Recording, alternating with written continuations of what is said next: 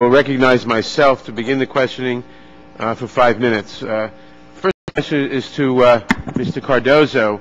While you have stressed that because the captive is not a victims' compensation fund, the city must continue to litigate against virtually all claims, the mayor back in 2003 stated that the creation of the captive was necessary, quote, for the city to expedite the payment of claims relating to this effort, close quote.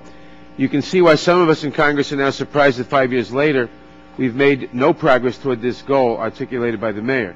In the same press release, then Governor Pataki, said that, the quote, the city explored various options and decided the formation of a captive insurance company was in its best interest for claims arising out of the cleanup effort at and near the World Trade Center.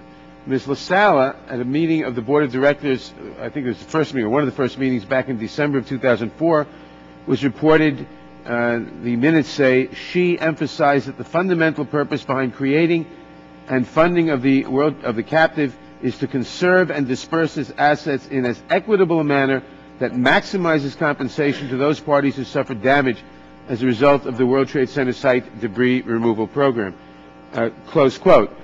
So, in light of these, and I could also quote from a letter the entire congressional delegation from New York wrote back in 2002 when we were considering this, that says that the coverage envisioned in this proposal will ensure that sufficient resources will be available to satisfy legitimate claims by individuals affected by the recovery operations while safeguarding the fiscal health of the city and the contractors, close quote.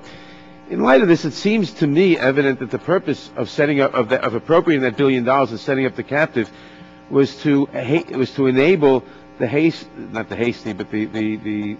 swift compensation of victims, and that the city's or the captive's policy of litigating every single claim would be sort of like my insurance company saying we will never pay for your house burning down until you beat us in a lawsuit.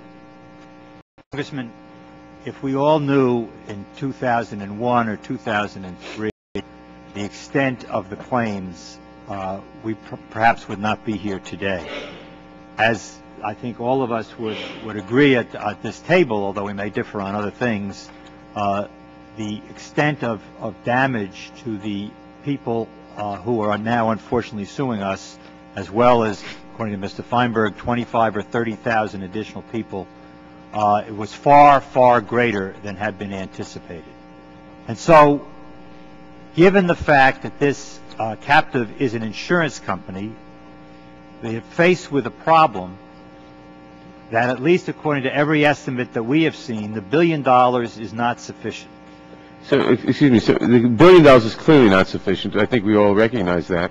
And given that fact, therefore the conclusion is, instead of using that $1 billion and trying to get more money from Congress or somebody else, we should pay nobody? Given the fact, Congressman, that this is an insurance company designed, if you look at the conference report and the other legislative history, to be an insurance company to protect the city and the contractors. That's what the appropriation bill says. That's what the conference report says. That's what the IG report for the Department of Homeland Security says. Given the fact that neither the city nor the contractors believe they did anything wrong, and that this is to insure them against claims, there is really no choice that they face but to use them to defend against these claims. The analogy, if I may draw it, the analogy I would suggest is, if you had someone had a car accident and you're insured for $1 million and the claims against you are for $1.5 million, you wouldn't expect your insurance company to pay the $1 million. My time is running out, and I have some questions for Mr. Feinberg too. So let me just proceed. One more question: what, if anything, is done to ascertain the availability of other insurance from the Port Authority, the four major contractors, to see if there's enough insurance to perhaps enable the global settlement along the lines that was talked about? That is a very good question, and Judge Hellerstein, who, as you know, is in charge of the litigation, has ordered that all the available information about insurance be produced right now, and discovery on just that subject is going on right now. The city obviously doesn't know the individual insurance. Thank you, Mr. Feinberg.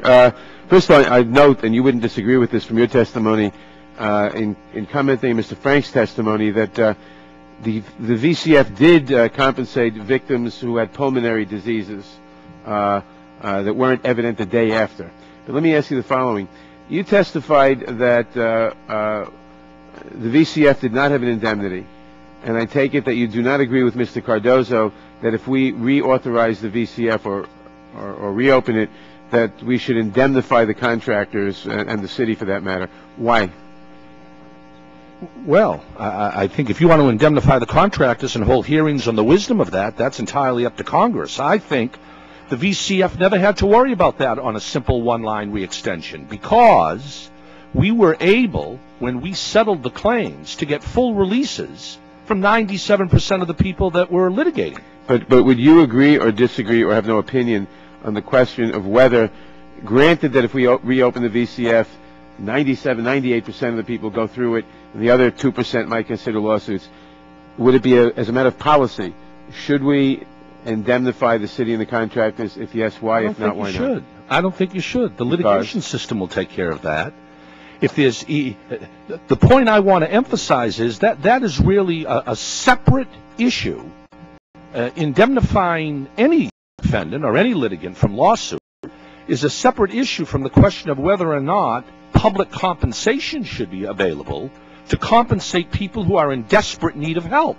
I suggest that a liability immunity will politically greatly slow down the likelihood that you'll be able to get that type of compensation to the people that most need it.